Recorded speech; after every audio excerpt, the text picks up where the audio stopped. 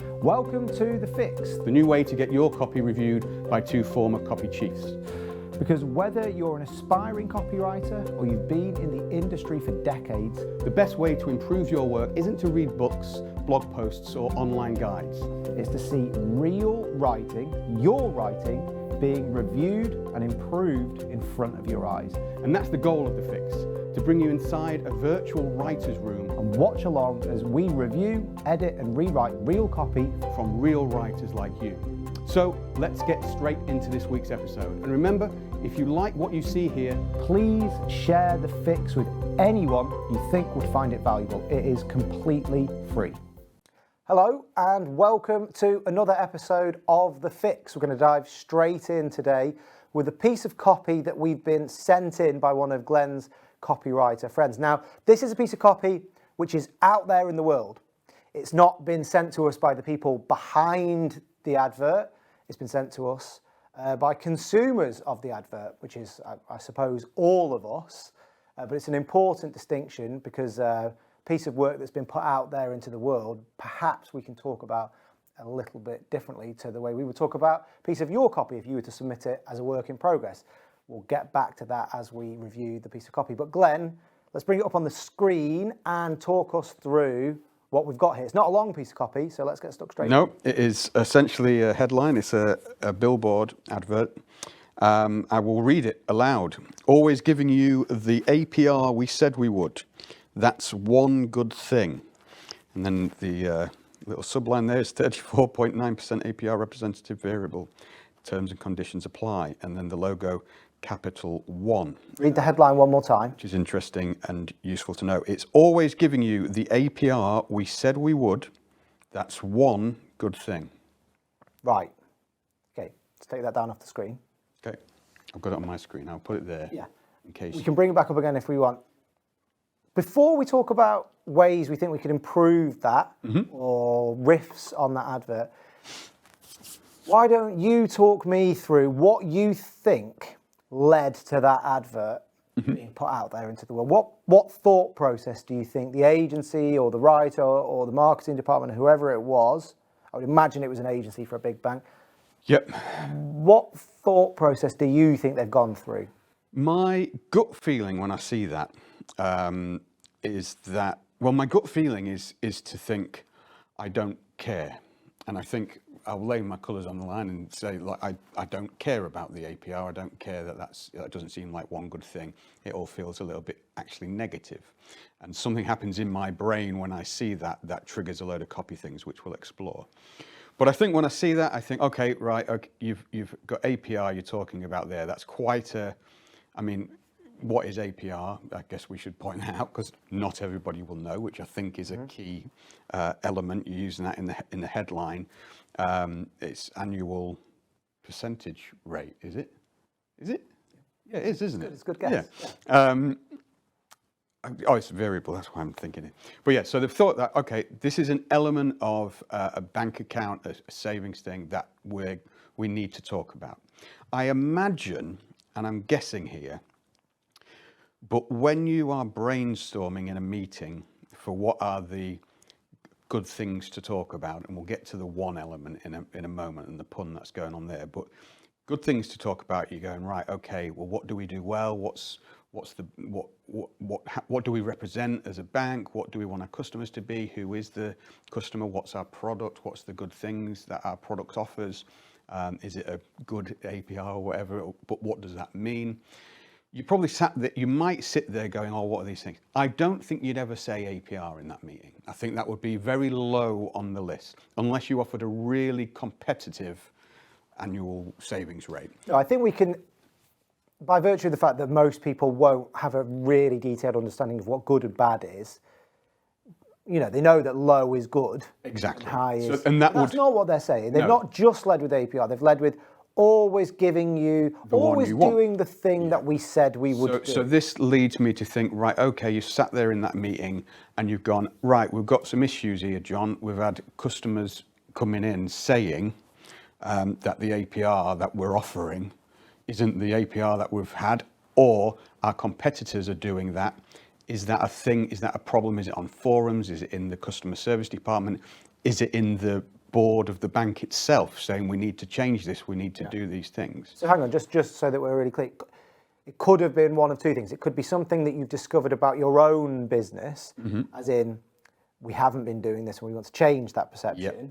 Like we've been changing our APR and we don't want to do that anymore. Or Yep. it could be that competitors are changing their APR on Yes. people, pulling the rug out from underneath their customers' feet, and you think to yourself, I want to capitalize on their mistake, my competitor's mistake, by highlighting the fact that we're not them. We'll always. Yes. Okay. Yeah. So and this I would say, and I don't want this to be a full on attack, and bless the copywriter or the team that's done this. Brace yourself for the fact that it's going. We're going to be, yeah. I'm not saying, Nick, you are an idiot, but the whole thing is that could be. That's why we might be thinking along those things. I always talk about you go to the product or you go to the person. And at the moment we're going to the product to figure out what's going on. Yeah. So there's that. Maybe it's come from that world. Maybe it's come from the pun side of it. We have to look at that and said, right, the company's called Capital One. What's one good thing? Let's use that word and play on that and go, right, okay, let's do, what if we just did the one good thing? That's good. It's not like 10 things. And we like that principle of just one idea. So you go, okay, one good thing. Right, let's do a list of all good things that we do. We do this, we do that, we do that. We don't change our APRs. We don't do that kind of thing. Yeah. So it might have come from that, in which case you've now got a list of possible benefits, i.e. one good things that they do.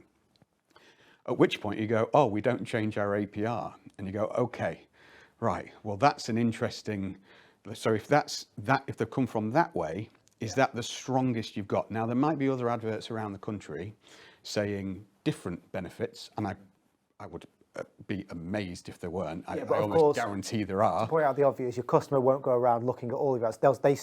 We have to assume our customer saw this advert, not all the other ones. Exactly, and I think that's a key thing when you're looking at campaigns, because I've done this before actually. I criticised an advert once, and the agency came back and went, well, actually, we did this, and it's like, cool, but I understand that's one element, but as you've just rightly pointed out, without any backstory, all you're seeing at that billboard is that one single idea. That's why it needs to tie into a bigger idea. Yeah. So you can see the one good thing, but do I care enough? Does your audience care enough that you've been clever to say, oh, we're called Capital One, we do one good thing. And you go, oh, you're clever because you can come up with a pun and a play on words. And then they've gone, oh, and you don't change your APR. What? Why are people changing their APR? Like, if you go through the process of the customer, you then go, well, why does that matter to me? Was you doing that? So those are where, and we'll break it up, because that's where I think the only places that idea can come from the fact that you've genuinely got a problem with your APR, the competition has got a problem with changing APRs, or you come through the kind of wordplay route and listed a load of things, one of which you've said is APR and not changing it. So all three of those, you go, they're all valid. There's nothing wrong with that. That's your brainstorming process. And I think a lot of copy we see out there, especially on the big billboards, is you've done that, you've written that down, and then you submitted it. And that's like, let's go, we've got it. Make it look pretty, and it looks pretty, it's nice words. I've been doing work with some designers recently, and I've seen the amazing work that goes into that kind of thought process. They've done that, they've spent a lot of money, and they've come up with this line that now says, we don't change our APRs. That's one good thing. Is that an effective advert? Why has that stopped people? Why has someone saw that and gone, what is going on here? Well, I think we can both agree. It's a really poor advert. That much is obvious. The reason I wanted to start out by asking you about what you think the process is, because it's worth reminding ourselves that there will have been a process. I mean, even adverts that fail and bomb will have had a process. Yep. And you're really trying to analyse what that process might have been. Now, I would imagine to get to something like that, you would have to have quite an insular process. Yep. That either, just to repeat some of the things, either focuses on a complaint that somebody's had. So it's like, we've got to address this complaint, yep. which you don't have to. You can, yep. you don't have to. Or it's like you said. I mean, you described it as a valid process to come up with a wordplay and then back engineer that. But I actually don't think that's a valid process. If you're a professional copywriter or you work for an agency that's going to charge big money, I don't think it's a valid process to come up with a pun and then build your campaign around that. But maybe that's my. I think it's at the bottom of the list of thingy, Like that's bath work. What you do in the bath where you're thinking and brainstorming. It's poor. Yeah. It's really poor because I don't know what that will have cost, but I imagine it's quite a lot. And to think our big idea is one good thing, it's just verbal. Yeah. It's coming up with a tag first. There's a I won't get into that because we'll go down a rabbit hole. But coming up with a tagline and then trying to reverse engineer an idea out of it is the same as when somebody in a long piece of copy writes a killer headline in their own, but there's no real idea to it. It's like, but why are you saying that? I would imagine it's the second one. Probably. I imagine they came up with the line and then said, I tell you what, junior copywriter, go away and come up with 10 benefits and they'll all be one good thing. Yeah.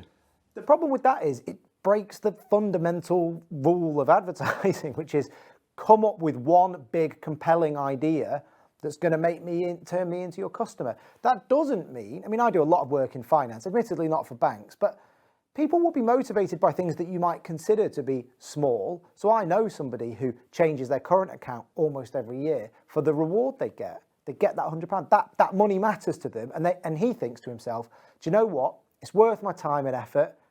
The bank's going to do all the work anyway. So that £100 cashback you get for moving your account, that's a push. You know, that's pushing him. That's a piece of marketing that's really effective. It doesn't have to be big in the like. I'd also say the one good thing to actually, if you like, forget the APR stuff, which I think is the real problem here, but even if you do the one good thing as the wordplay, there is something that happens in copy, which I don't think people talk about enough, is that when you try and do that kind of, I'd call it almost like humble copy. It's like, that's one good thing. That's a good, like, there's loads of stuff there, but I'm being humble. I'm just saying that's one good thing. That's the same thing. And you see it in a lot of other kind of copy where it's like, well, at least we don't do that, or we don't do that. But what you do is by saying that's one good thing, as just a line, as like every little helps kind of, it's like one good thing. Well, is that enough? Like, I don't want you to do just one good thing. I want you to do like lots of, like, I want this to be something interesting. It's not one big thing. It's one good thing. It's just a bit meaningless and a bit kind of thing. It makes me think, well, what aren't you doing? And then when we've got that associated with this APR thing, well, at least that's one good. At least we're not doing that scammy thing, but we are doing all these other scammy things. And something happens in the human mind where if you go, oh, well, at least I'm not doing that. Even though you're saying it as a positive thing, it actually has negative ramifications. Well, there's two problems with it. There's the one good thing is that memorable? Is that effective? Is that going to really motivate me to become your customer? No. So it's not really a great idea for an advertising campaign. Then there's the next level of, okay, one of the good things you've chosen to highlight. Yeah, it's like, we always do what we said we would do. That's the minimum I would expect. Exactly. From a business. And the fact that you're highlighting the fact that other people won't doesn't do anything for me. You're highlighting the worst aspect of the business. We talked about process and you said like whether that's a valid thing. Now, I'm also aware that when you get to that stage, when you're looking at billboards, when you've got an agency, you've got a client, you've got big money. It's a big bank. Like, let's face it, they're spending a lot of money on this stuff. People are going to have stakes in that, and there's going to be a CEO or an advertising, head of marketing, or someone who's getting told one thing from another person thing, and there's this string of people just covering their back. And I say that like I understand, I get it. Like we've all been in that situation. But you get this covering your back mentality of like, oh, well, we need to say that. Somewhere along the line, I feel it can only be this idea that when we go back to those original three things, someone wants to talk about their APRs not changing or whatever, whether that's come from a criticism internally or a criticism externally of the company itself or the competition in doing it. Someone wants to get that out, because otherwise it wouldn't be in the public domain. It wouldn't be saying that. But that to me is not for advertising, and that's certainly not the best way of doing it or the best format for doing it. There are ways you could handle that. You could do an open letter in the in the Times explaining it or doing stuff or whatever. There's a million other more interesting ideas. Or you could, thinking on my feet, if you made the whole, okay, right, I've interrupted you, but this is going to be gold, don't worry. No, it's all right. I'm trying to remember, but I will. If your idea, if your whole campaign was around trustworthiness, that you want to make it like the pledge, and it's like it's like the 10 commandments of good credit card behavior, whatever it's credit cards that sell. And it's you need to give it more oomph than one good thing. But if it was like the Bill of Rights for credit card holders, 10 things we will never do, you might well fit it in there. If we tell you something, our word is the law, if you know what I mean. Our word is as good as good a thing as you'll ever get from it. So you could, but that's an idea about being able to trust you. Which is where I was kind of going, in the sense that with regards to when someone obviously wants their API, someone's gone. We need to say this because we're getting told off for it along the line, whether that's CEO. Stop doing it then. Stop doing it is one thing, but what is the problem there? What is actually happening? It's nothing to do with your API. It's the fact that you've changed what you were doing to what you are doing. It's this trustworthy thing. In other words, what's the idea behind it? No one, to paraphrase Bill Bonner, but saying about newsletters, but no one wakes up in the morning and goes, I need a company that's going to keep the API what they said it was. I don't even know what all of my APIs are, and I'm looking at savings account going, I don't know what it means. By the way, on a financial level, as someone that does work in that industry, the reason APRs change is because interest rates change. So is that a promise you can make good on? Because the cost of money changes when the interest rate in the economy changes. So maybe that's why your APRs are changing. So are you making a promise that you can keep? I feel like it's meaningless to anyone. And that is a bold statement, and someone there will be going, well, no, actually, people do look. Well, they do, but they don't really. No one really cares about that detail. And the point is, there's better ways to express it. What does it really mean? What is the deeper benefit of these things? What is actually going on? How will that affect me day to day? Do all this stuff. We know the climate that we're in at the moment. There is so many pain points, so much stuff about cost, about savings, about interest rates, about bills, about all this stuff. And you're saying we're not going to change the API. The API. I almost swore there. I don't know why I stopped myself, but it feels. I don't want to swear. But why are you using an acronym like APR on an advert, on a billboard, where you've got 20 words max, and you're using APR? Are you mad? Like, it's wrong. And then even underneath, because of regulations, you've got to say, T&Cs apply. So you've already undermined anything anyway, because now I go, oh, you stick to the API you always said you are, but there are terms and conditions. If I see terms and conditions, I'm assuming whatever you said's a load of nonsense anyway. I accept that, and that's the world, the real world. Yeah.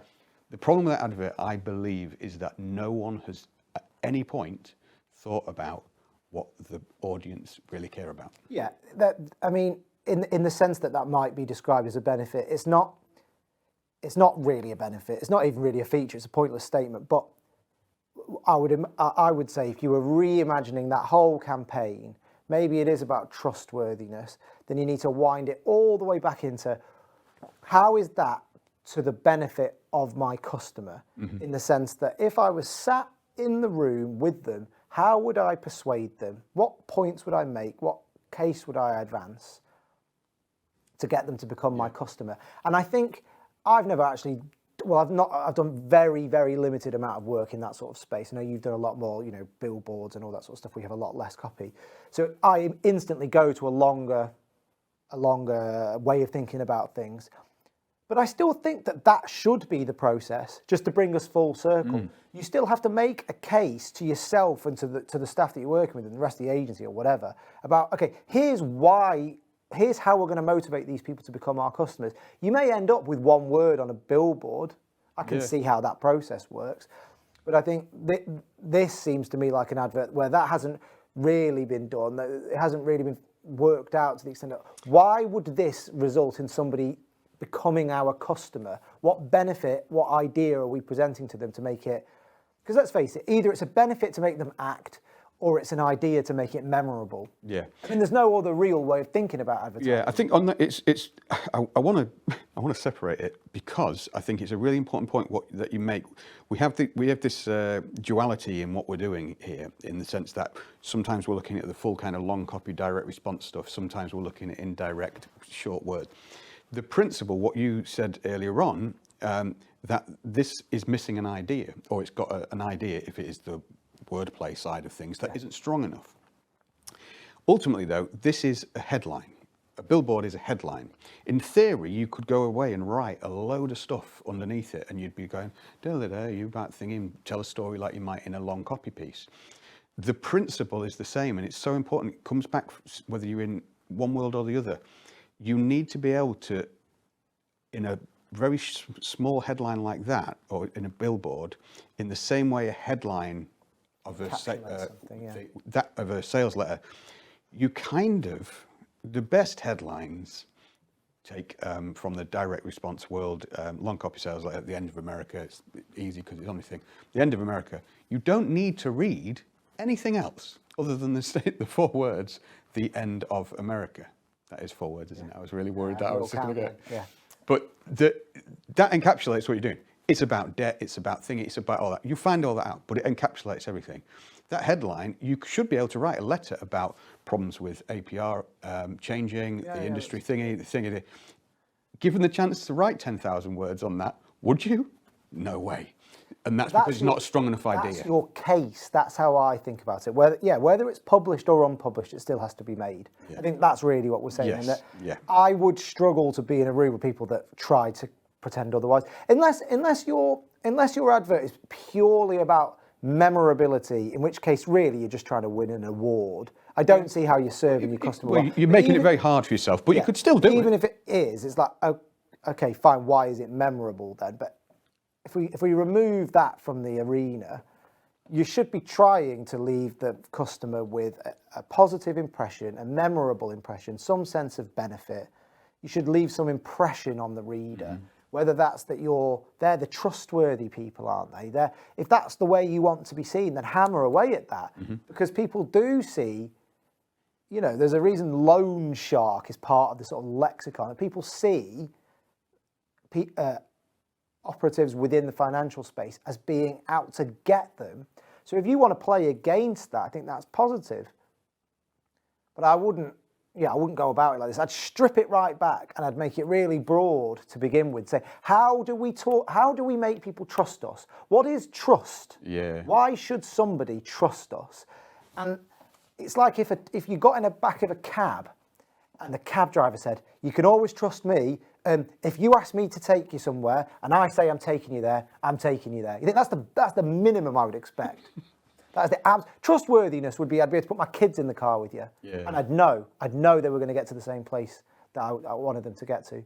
Not I'll definitely take you where you ask me, will you? Right. What were the other options then? What are other people doing? So I think it's a really negative way of implying that thing. But perhaps that idea, that core idea of trust and credibility, I mean, that's a really, really rich idea to play with. It just needs to be treated with a bit of respect and treated seriously on an advertising level. Think about it. Why should the customer trust you? Why do you have credibility? Why are you trustworthy? Now, how do we tell that story? How do we get that out of our minds and into the reader's life or into the viewer's life? It is not the way that advert has been approached. I feel like these things are too big, and obviously without having the back and forth, which we're working on a way we can do that more often. But the thing is, the copywriter's probably been tasked with this. I think if we speak to the copywriter themselves, they've probably been tasked with getting this information, and therefore you are limited. And I understand that. I have myself. I'll write copy and I'll write idea-led stuff, and then I'll come back and go, oh, but could you just say a really crap thing? And I go, well, I can, because that's what you're going to pay me for. But like, that is better. Like objectively, you have to go down that thing. But I think part of the role of a copywriter needs to be constantly pushing for these idea-led and explaining why. If you can't explain why, then you need to do the work, take the responsibility yourself and go and do the work to explain to that person why. Or send your boss or your marketing manager this. Show this them, video. yeah, this, yes, And, exactly. Yeah, use us as the, look at what these are doing, like circulate it, like not in a marketing technique, but in it, defend yourself. But there are basic ways of approaching writing an advert, and you should try and use them. But perhaps that's a bigger idea about dealing with politics, and perhaps we will come back to that in another show or with this other project that we've been working on, but we'll talk about that another time. That's all the time we have today. But if you enjoyed this episode and you want to send us a billboard, an advert you've seen, it could be a radio advert, TV advert, however you want, you can just send a WhatsApp picture to us if you want. Just take a picture of something on the tube or whatever it might be. Send it in and we'll do a review. It is slightly more fun to look at a piece of copy that's been put out there into the world, because a bit easier to be critical of it. Although that, of course, is not the point of the fix, but let's face it is quite fun every now and again. So send us in an advert you want to have reviewed, if you so choose, or of course, send us your work in progress, and we promise to be much more constructive and slightly less mean about your copy. Of course, the whole point of the fix is to help you improve your copy, get feedback, honest, constructive feedback on your copy, and give you a few tips and pointers along the way. So if you like this, please do like the video on YouTube, share it with anybody you think would get something out of it, because we're not a big business, we don't have an advertising budget, and everything that we do is word of mouth. You know, if you share this with one person, then you've done us a massive favour. For now, though, we will sign off, and we will see you down the road for another episode of The Fix. Thank you very much, and goodbye. And there we have it. We hope you got something valuable out of today's episode of The Fix. Maybe it sparked an idea or two for your next writing project. Maybe it triggered a new headline, opening line, or story to tell your reader. Maybe it inspired you to scrap what you have and start over. Or maybe it made you want to submit your current work in progress for a little constructive feedback. If that is the case, send your copy to us at feedback@thefixcopywriting.com. Or if you don't want us to review a specific piece of writing, send us a problem you're trying to solve, Or a challenge you want input on, and we'll do our best to help. And remember, if you like The Fix, please do share it with other writers, business owners, and marketers.